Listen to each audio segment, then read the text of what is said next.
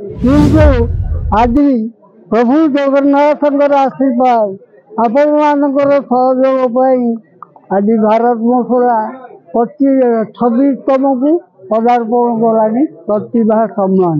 ସେହିଭଳି ଜୟଭାରତ ଫାଉଣ୍ଡେସନ ଦୁରି ଦ୍ୱାରା ଏବର୍ଷର जो प्रतिष्ठा प्रतिष्ठित व्यक्ति मानू सम्मान देवाई विवेचना कर नाम घोषणा करुच्ची श्रीजुक्त दुर्योधन महांती जे कि भारत गौरव सम्मान सम्मानित पाइबे। से सेवा भारत सम्मान पाइबे डॉक्टर केशव चंद्र शतपथी एवं कथा भारत सम्मान पाइबे वर्ष डॉक्टर अरविंद बेहेरा। गाँव रही 36 वर्ष तले गोटे गाँव अभाव भितर 2000 टकर स्टार्ट कर हल बिछे जुआर जुआर बुली बिकी पेट पोषुली किंतु आज प्रभु जगन्नाथଙ୍କର आशीर्वाद ଆପଣମାନଙ୍କର ସହଯୋଗ ପାଇଁ ଆଜି ଭାରତ ମସଲା 26ତମକୁ ପଦାର୍ପଣ କଲାଣି ପ୍ରତିଭା ସମ୍ମାନ।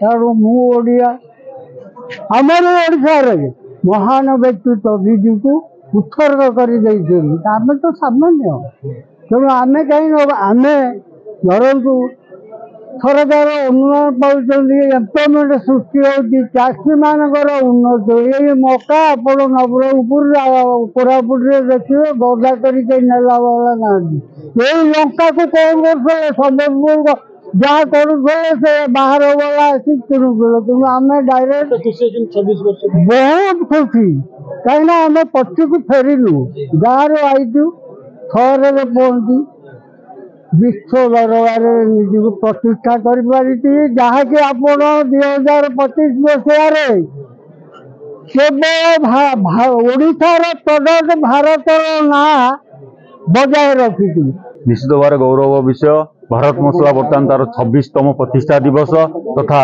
जय भारत फाउंडेशन भारत 26तम भारत प्रतिभा सम्मान समारोह आयोजन होची आमर रामदासपुर फैक्ट्री यही फैक्ट्री वर्ष आमर जो परंपरा आपण जानते भारत मसला प्रति वर्ष ये जय भारत फाउंडेशन सांगे प्रयोजक रे जे तार प्रतिष्ठा दिवस पालन करे एवं ये जो ओडिशार नाम को आज विश्व दरबार आम जहाँ पे आज गर्वित से मानू पूजा करी सम्मान दे आम प्रति वर्ष आम जन्मदिन पालन करूँ।